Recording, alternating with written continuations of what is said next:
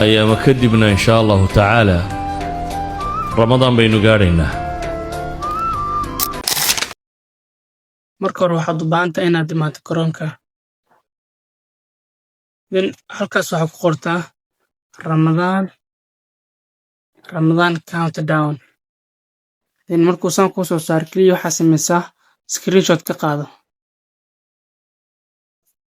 markuu kaaga qaado soo bax waxaa imaataa CapCut-ka new video ka soo dooro waxaa samaysaa sawirkaa soo qaad soo gasho markuu saan kuu soo galmo sawirkaaga xaggan u soo socdo aspect ratio ka dooro kadib waxaa kasii doorataa 16:9 cabirka YouTube ka dooro sawirkaa ka dhigsi zoom geli ka laabo kadib xaggaa u soo socdo waxaa kasii doorataa overlay hadda overlay kasii dooro muuqaalkan soo gasho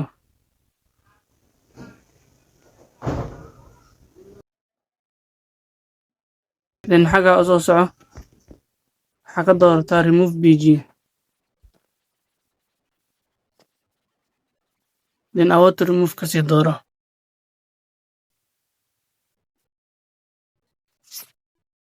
kadib waxaa samaysaa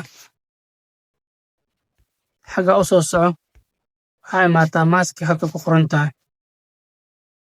horizontal kasii dooro falaarta u soo deji kadib wax yar hoos u jiid falaarta heerta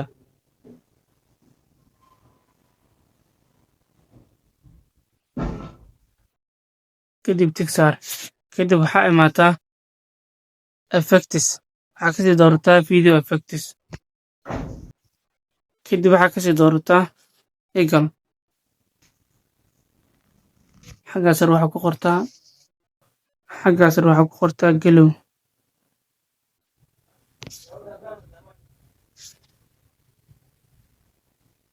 kan kasii dooro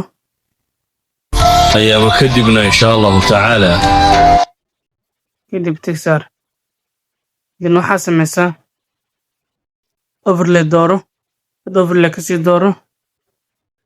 kadib waxaa soo gelisaa muuqaalkan kadib markaa soo geliso xagga u soo soco waxaa imaataa halka ku qoran tahay remove bg waxaa kasii doortaa chromekii waxaa ku aadisaa xagga madowga labada farood wax yar ku jiid labada dhinac kale u gedi waxaa ku samaysaa zoom أيام كدبنا إن شاء الله تعالى